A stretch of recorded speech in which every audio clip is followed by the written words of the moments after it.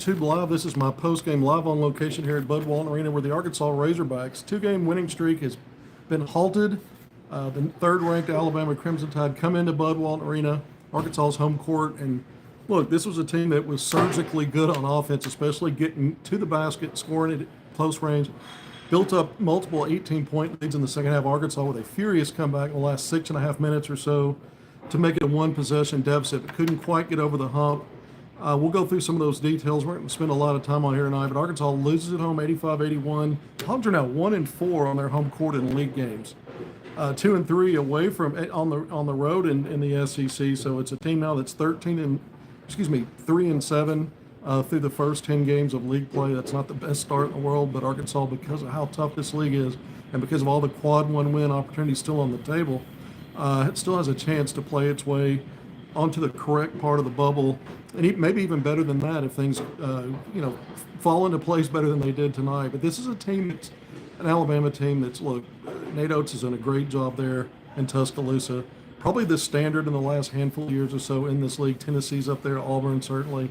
And as good as the league is now, you understand why Bama is still projected as a 1 seed, which means they'd be a favorite, whatever regional and bracket they're in, to get back to the Final Four in a back-to-back season. So this was no slouch in here in Bud Walton Arena tonight. And this was a team, when we talked about it at the pregame today, we said they can get you a lot of ways. Not the most efficient from three, but it's just or at the free throw line relative to maybe some other teams Arkansas's played. But they get so many opportunities. They trying to create an 85-90 possession game, jack up a lot of threes, get to the free throw line, shoot a lot of those. So even though they're not elite in either area in terms of percentage, where they have been elite, we talked about in the pregame earlier this morning. 2-point field goal percentage is top among the best in Division I. 60% coming into this game, and they were better than that tonight. If you watch what Bama did, it's almost like synchronized swimmers, the way that their guards and their bigs play off each other, the way they get paint touches on their drives, and then they're just reading what every misstep that the defense makes. They get you moving in directions they want you to, and another player or two are cutting to places where they know the ball's going to end up in their hands for an easy score. And then they know how to handle physicality and presence around the basket. Several times Alabama players just took it into Arkansas players' chest, either pump faked them, took a long pivot and then stepped back into their clear finishing angle and just played like a team that understands how to score the basketball. And having said all that, down 18, like I said, 3 different times inside of that 10-minute to 6.5-minute mark, Arkansas finally got things going. Nelly Davis finally got going. He had a little spurt there. Up to that point, it had been Big Z playing out of his mind all night. Adu Thero doing what he does, trying to keep Arkansas in it, playing through foul trouble. And then Nelly Davis was kind of that third guy. But if you looked at Alabama, I was talking about how all their players are so similar, and they're deep. I mean, they go 10 deep or more. They were plus in total rebounds tonight. Alabama was plus 3, 35-32. They didn't have a single player with more than 5 rebounds tonight. It was like a couple of guys had 5, several guys had 4, several players had 3. It's by committee. And you looked at their scoring, Chris Youngblood, who's not one of their top guys in terms of production on the season. It's Mark Sears, Grant Nelson, a couple of the other guards in there, Holloway and Philon. But this guy was the first Alabama player to get into double figures, and it was 7 minutes deep into the second half. And they had a sizable lead at that point because even though it was fairly close at halftime, only a 6-point deficit for Arkansas, Bama kind of got on Arkansas early and had led early in the game by 10, 20-10. Arkansas narrowed that gap, trailed by 1 with offensive possession, had just an unforced turnover where Mark Sears went in and got an easy transition score. Bama went back up by 3. Grew that lead at halftime, doubled that up, and then in the second half blew it out to a double-digit lead and then just built it to 18. But having said that, up to that point, they didn't have a player in double figures after going up by a lot until Youngblood got there on a 3-point shot that he made and was fouled on. So you can look at this Alabama team, and what this tells me is, and it reminds me in some ways of the old Nolan Richardson teams. I'm not comparing it to being as good as those teams. It's a different era of play. But you could go 10 deep, and you didn't have much drop-off because you had a way to play that everybody had a problem with. A lot of teams had problems with. Now, Arkansas wasn't That wasn't always the case across the board, but for the most part. And it's not like this is an outlier. I mean, it's an Alabama team, again, that's been really kind of the leader in the SEC for the last few years. It's hard to admit that if you're a Hog fan, but it's the truth. As good as Arkansas was in the postseason relative to Alabama until last year, that was kind of the argument. Yeah, Bama's winning league titles in the regular season. Eric Patrick Melson and EPM's getting the Hogs to Elite Eights, into the Sweet 16. What has Nate Oates done in the postseason? Well, they remedied that last year, the program's first ever Final Four. Now you've got to respect this as, to me, the standard in what is a great league. I mean, Auburn may still be the best team. Auburn lost today at home to Florida. I think Duke got beat. The one team that prior to Florida's win today was the only team that had beaten Auburn. Alabama's right up there. These were all teams projected as one seeds. That's not going to change. But Alabama, to me, still looks like a Final Four contender, which says a lot about why the Tide went up 18 on this court and why Arkansas, though, what we've seen in these last 4 games leading into tonight, getting to 3-1 in the last 4 with a chance to be 4-0. What did we remember about the Georgia game? Arkansas trailed by 15 in both halves, and the Razorbacks just put the hammer down and started playing a lot more physically, getting to the basket, really attacking, got themselves back into that game, a lesser opponent compared to Alabama, but nonetheless, Arkansas finds a way to win that game. This had a eerily similar kind of a tone to it, but it played out later, and Arkansas had too much of a climb to overcome. Yeah, you don't think you're sure EPM's glad he didn't have to face Nate Oates again? Look, I mean, Arkansas came into this game tonight on this court against Bama all time, 20-7, now 20-8. But lately, Bama's done had its way here. You go back to Mark Sears, has really been a problem for Arkansas. 18 points and 5 assists per game coming in. Arkansas held him to 11 points, and I think he only had 3 assists, and he had 6 turnovers. Grant Nelson was held to half his rebound average. But again, you take something away from Alabama, and somebody else is stepping up and filling that part. You look at the bench tonight. I talked about how precise Alabama was shooting not only the high percentage on 2-point shots, but they're not mid-range shots. They're getting all the way deep in the paint and just working you until they get an easy look and the best look. They just don't make very many mistakes in the way that they attack offensively. That's why this team averaged 90 points per game coming in and almost got there. What did I say in the pregame today? Arkansas needed to find a way, if it didn't grind this down to the 60s, which was unlikely they'd be able to do it, try to keep it into the high 70s at worst, maybe low 80s. I mean, the comeback, Arkansas got some stops, started getting out in transition a little bit, getting downhill in the half court. Billy Richmond was huge off the bench for Arkansas tonight, but Arkansas's bench, let's go points in the paint with all those layups that Alabama got, all those tough, and then the tough drives Arkansas had to use. A lot more easy scores for Alabama tonight. They had great out-of-bounds plays, great out-of-timeout plays. Arkansas had to grit and grind, but that's what we know that this team has to do to score. Not a lot of easy baskets for Arkansas. But the paint difference was 56-36, plus 20 Bama. And again, this wasn't a team that just brutalizes you or plays a major physical game. They just work you, they make you pay for poor footwork. They make you pay for, giving them any leverage at all. Their guards do a great job of creating that leverage. A lot of hostage dribbling, getting defenders behind them or on their side, and then they just work you after that. And they've got 2 or 3 guys moving into place to finish off the play, so that the guy that's putting you in peril on the dribble doesn't have to also make a tough shot. They make things easy on themselves. It's just a function of that offense. Again, this is not the first team this season that struggled dealing with it. And then Arkansas, again, did better late, but, and then you had Grant Nelson when Arkansas did cut it to 3 on a couple of DJ Wagner made field goals. I think it was right around the 117 mark on Arkansas. I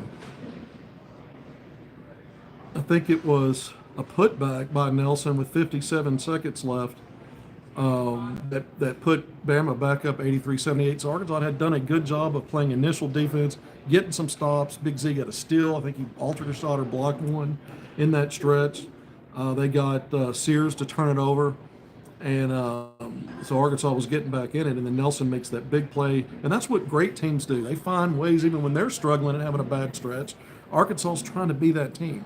But I mentioned the paint differential plus 20, and credit to Alabama how it got 56 points in the paint. But the other thing was, I think, the bench scoring. This goes to the quality of this lineup through its top 10. 31 to 11 in bench points, so plus 20 there as well. I thought that was the game. I thought that was the difference. Arkansas didn't have enough firepower. You're still getting Trevor Brazile giving you just tonight a putback dunk as part of his 6 rebounds in 18 minutes. Jonas Adu, your veteran frontline guys, it's just not enough. Adu went 0 for 3 from the field. I think he had a rebound and a block. He only played 7 or 8 minutes. This was an all-SEC player last year, preseason all-SEC, and that's what you're getting from him. It's just Arkansas, it's a short bench.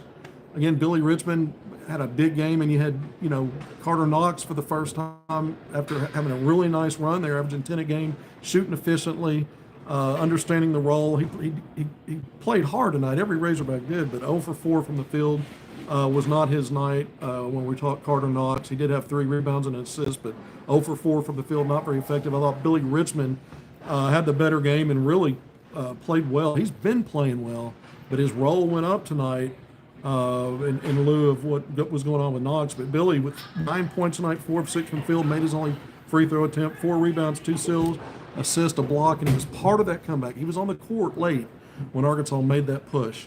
And we know the other usual suspects that do. Thero with a big night. He continues to play well. He got in foul trouble, but I thought a little early in the game, he and Nelly were a little nervous, a little careless at times, even though Arkansas didn't turn it over nearly as much as Bama did in that first half. Look, Arkansas again. This is how you know Bama's an elite offensive team. Arkansas was winning the turnover battle, points off turnovers. Arkansas had more than doubled up Alabama on the offensive glass at that point. That's been a problem for this team. It wasn't in that first half. And Arkansas was doubling up Alabama in second chance points. The problem there is Bama didn't need second chance points. They were scoring at will inside. This is a game where Arkansas ends up shooting better than Bama from 3. That's not necessarily a shock, but you kept Alabama, the team that's shooting 33s per game, down to 19 attempts. 5 of 19 from the game, only 26%. It's a 32% three-point shooting team coming in. Arkansas was better, 7 of 20. Most of that was Big Z, but 35%. So Arkansas was better, more volume, took 1 more, made 2 more, and shot a higher percentage as a result. And Arkansas actually in the second half, getting to the foul line and creating opportunities to shoot free throws. 18 of 21, another outstanding night, 85.7%, compared to Bama's 12 of 18. So Arkansas shot 3 more in this game, made 6 more. Bama was 66.7%. So you were better from 3, you were better at the foul line, and you really held Alabama down. This was a team shooting 27 free throws per game. You held them 9 below the number. Why was that? So stats can be misleading because they were having such an easy time scoring 2s. And in a game where they use the 3-point game to get you out of sorts on defense, because they're going to put them up, and there are guys that can get hot, and you could really get buried quick. They just read what you're doing defensively, your closeouts, how you're positioned, and how to beat you. They can do it off the dribble, they can do it with the pass. And tonight it was the 2-point game, and that's how they did it, getting to the rim. You saw Arkansas. I thought something interesting, I haven't even talked about Big Z really, 27 points. He was fouled with 5.5 seconds left. When Arkansas needed to get up a 3-point shot, you figured Bama would try to foul, especially the night he was having shooting 3s. Of course, he did miss the front of the 1-and-1. I thought maybe he'd miss the second on purpose and try to get a long tip out for a 3. Instead, they made the second one, and you only have 5.5 seconds left, so you're kind of, now you need a turnover or a quick foul, and then you've got to be sound at the other end. Arkansas gets a 1 of 2 free throw trip, so matching what Z had just done, where the lead went back to 3 for Alabama, but on the miss on the second, Big Z fumbled the ball out of bounds, couldn't secure the rebound. But what a game he had. I mentioned Thero tonight, 22 points, 6 rebounds, 2 assists, 2 steals in 28 minutes, playing with foul trouble. Big Z, 27 points, career night for him, 10 of 18 from the field, 5 of 9 from 3. He had a dribble sidestep triple in the right corner in the first half that looked NBA worthy. He was just killing it tonight. At 27 points, 10 of 18 from the field, 5 of 9 from 3, only 2 of 4 at the foul line, 7 rebounds, 3 blocks, another big block night for him, 3 steals. That's really not something he gives you much, but he did that tonight and a couple of assists. But what I really liked about him, so he scored 15 of his 27 points from three and two more at the foul line. But he had 10 points that he got at close range. And here's what I thought was interesting about that. He was really aggressive when he got the ball in mid and low post. Usually he's a little methodical and he uses his touch. He tries to, and tonight I thought he really played a little bit with a little more physicality. He actually looked for contact. He was being aggressive, a little quicker, trying to get closer to the basket. And he had some success tonight. He was countering. He had 15 of those points in the first half, and he was really the one Razorback. He and Theo in combination actually, because Theo had 11 in the first half. You had two guys basically battling a 10 deep that was. It didn't matter who was in. They were getting easy scores. In Arkansas, it didn't come that easy. Big Z got hot. Theo, again, bulled his way to 11 points. He hit some mid-range shots, too, tonight. Theo did. Nelly thawed out in the second half. He had 2 points at halftime. Not a good shooting night for him again in this building after shooting 7 of 14 from distance combined on the road against Kentucky and Texas. Tonight, Nelly 4 of 13 from the field, 1 of 5 from three. Made all 4 of his free throws. He had 3 rebounds, only 1 steal. He's been averaging nearly 3.5 steals per game in the 4-game stretch where Arkansas went 3-1.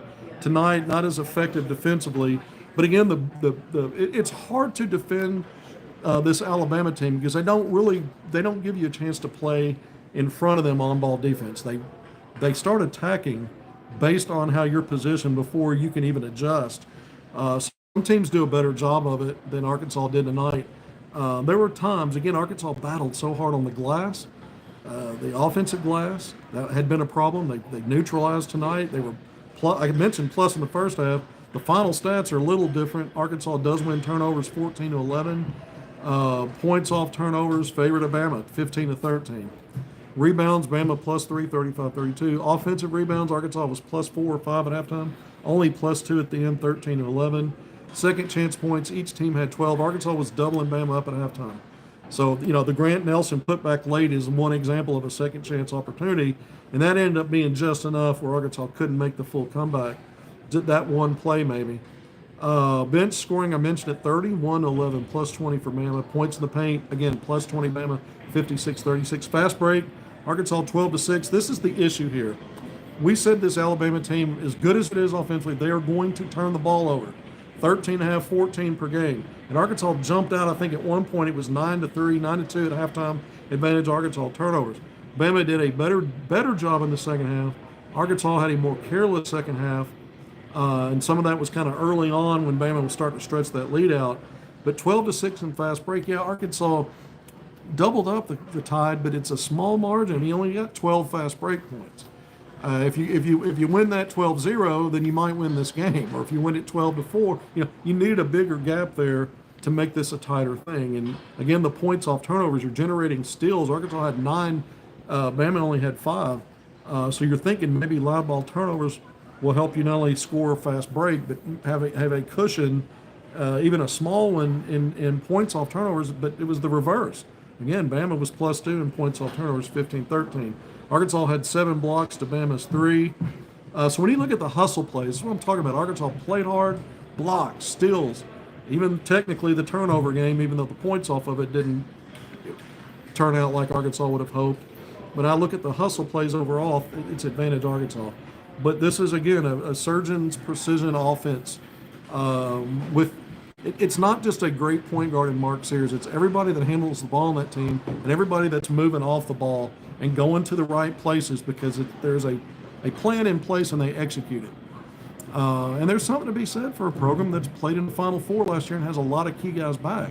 They know how to win. They've been through wars. They've been through the toughest stretches. We know Arkansas in the past when they were under Nolan Richardson, before that Eddie Sutton, Eric Patrick Musselman, that 3-year run, Elite Eight, Sweet 16, they found ways to be better than the other team, and that's how you become a really good team, sometimes a great team, and find your way playing to the final weekend. Arkansas wasn't quite that good under Musselman. They did, I think, they ended up in the Elite Eight one year playing the eventual national champion. Last year in the Sweet 16, the eventual national champion, UConn. So But who knows if not for those matchups. But Arkansas right now is just trying to even get back in a conversation for being an NCAA tournament at large projection. You've got 8 more league games to go than the SEC tournament.